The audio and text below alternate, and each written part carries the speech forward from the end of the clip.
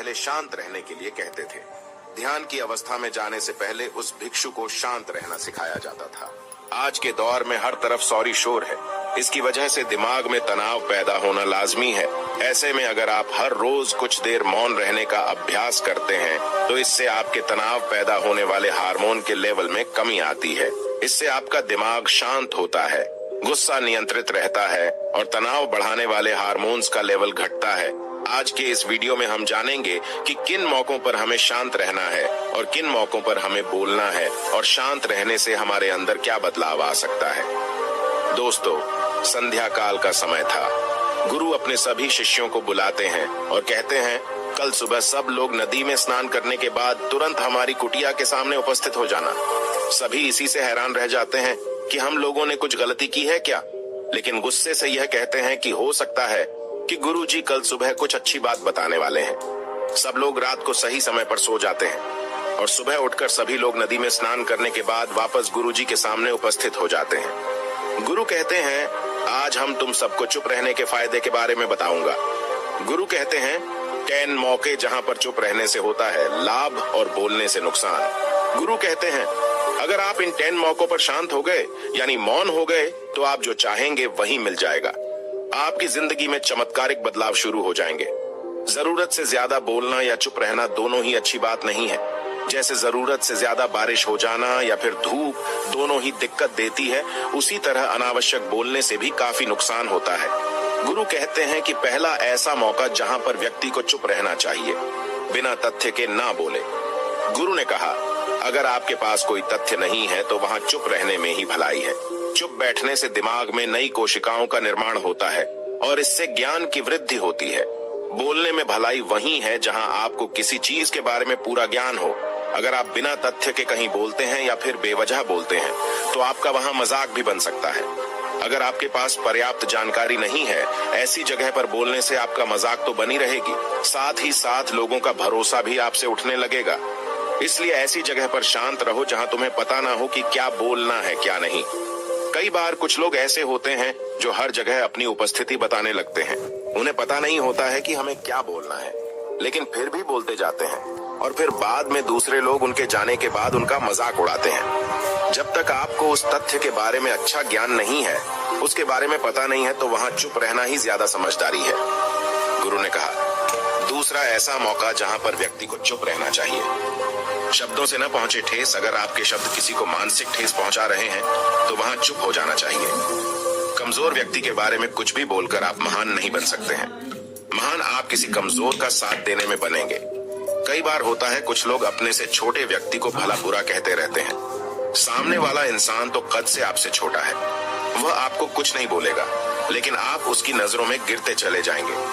हो सकता है कि कल वह भी आपसे पद में बड़ा हो जाए।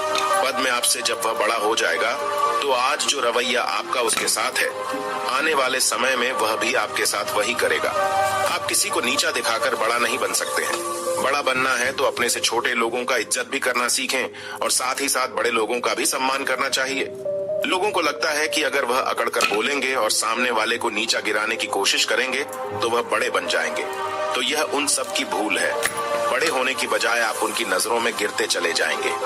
गुरु ने आगे कहा, इसलिए शिष्यों, तुम सब जब भी बोलना आदर भाव से बोलना, ताकि तुम्हारी बात लोगों को अच्छी लगे।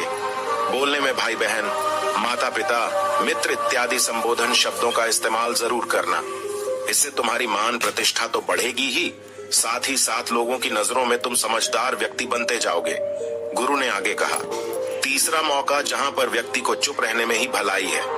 क्रोध या घृणा करने वाले लोग, जब कोई अपना या सगा संबंधी आप पर क्रोध कर रहा हो, आपका अपमान कर रहा हो, तो आपको उस वक्त चुप रहना चाहिए ताकि सामने वाले का गुब्बारा पूरी तरह से फट जाए। आप यदि सही हैं तो उसे कतई माफीनामा गए और चुप रहकर ही सही समय का इंतजार करें। वह खुद आपसे माफी मांग लेगा जब उसे अपनी गलती का एहसास हो जाएगा।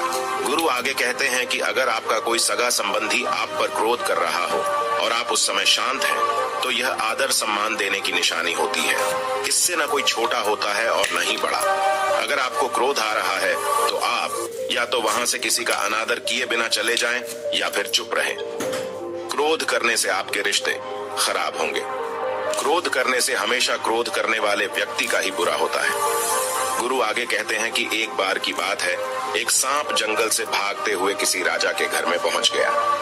लोगों ने छेड़खानी की तो वह बहुत ही गुस्सा हो गया, जिससे घर में जो तलवार पड़ी हुई थी उसी को लपेटकर कसने लगा और धीरे धीरे उसका पूरा शरीर कट गया। ठीक उसी प्रकार हमारा गुस्सा भी हमारे शरीर को तलवार की भांति काटता रहता है। गुस्सा ध्यान से खत्म होता है प्रतिदिन। अगर आप ध्यान की मुद्रा में बैठे हैं तो आपका गुस्सा आपके नियंत्रण में रहेगा। गुरु आगे कहते हैं कि यह तरीका है कि आप प्रतिदिन ध्यान का अभ्यास करें। इससे आपके शरीर में जो हार्मोन्स गुस्से को बढ़ावा देते हैं वह सब तुम्हारे नियंत्रण में रहेंगे, जिससे शरीर गुस्से पर आसानी तुम्हारा से काबू पा लेगा। लेकिन एक तरीका यह भी है कि जब भी आपको गुस्सा आए तो आप यह समझने का प्रयास करो कि क्या मेरा गुस्सा जायज है या नहीं। हमें वहां पर बोलना चाहिए कि नहीं। जब आप खुद इस बात का आकलन लगा पाएंगे तो आपको खुद पता चल जाएगा कि हमें गुस्सा करना चाहिए या नहीं।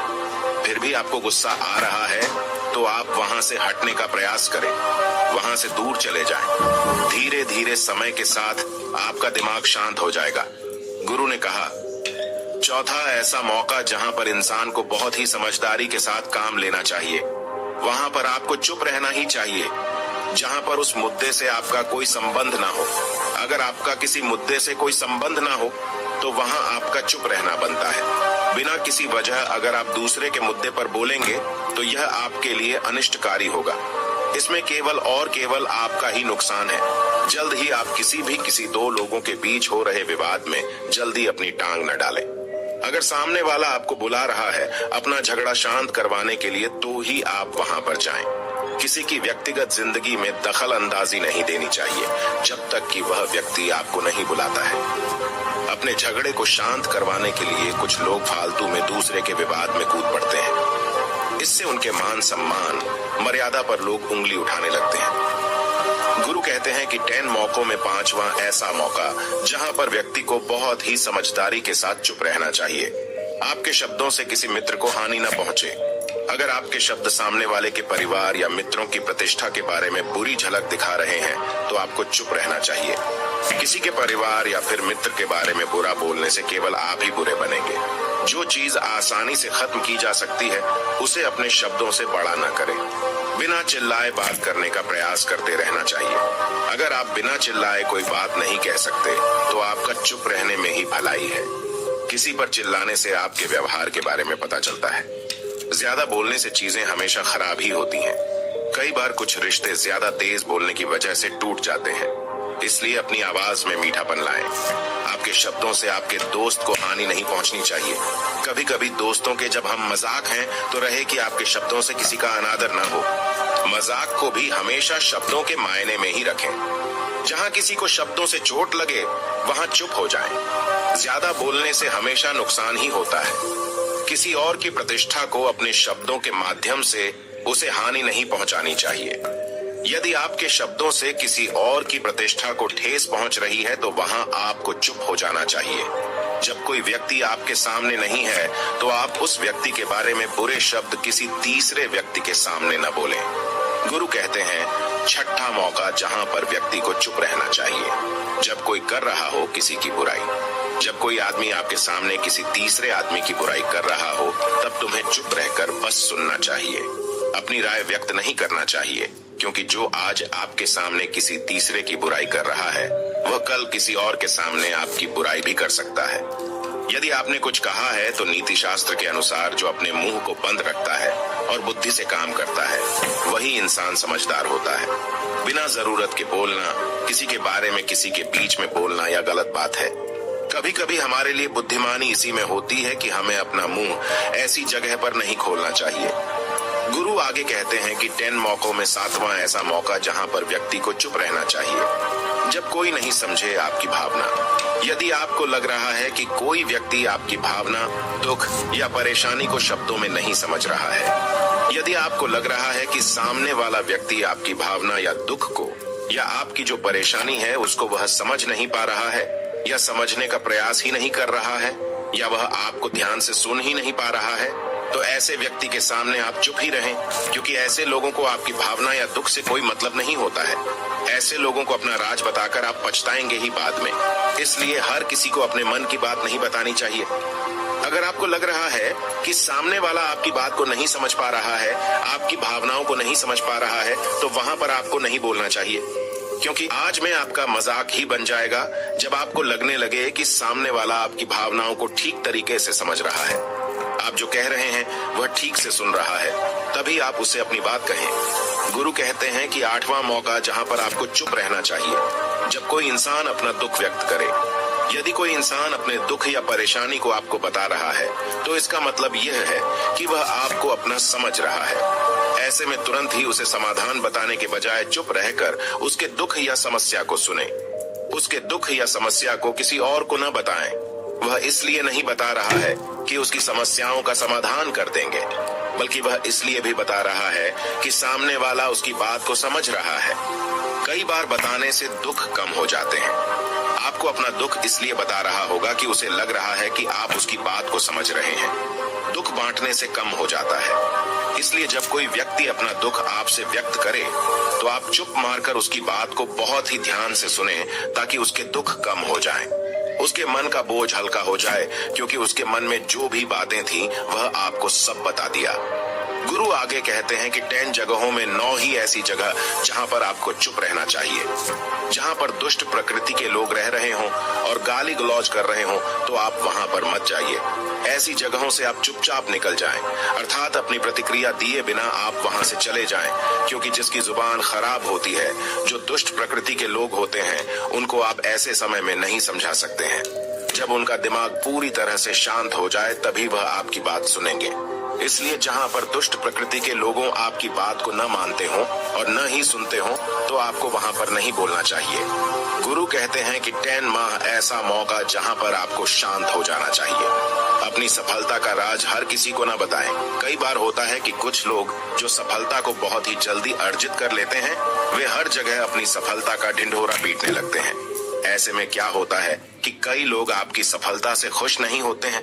अगर आप अपनी सफलता का जबरदस्ती लोगों में ढिंढोरा पिटवा रहे हैं, तो लोगों की नकारात्मक ऊर्जा आपको प्रभावित कर सकती है। जब आप सफल होंगे, तो सबको पता चल जाएगा कि आप सफल हो गए हैं।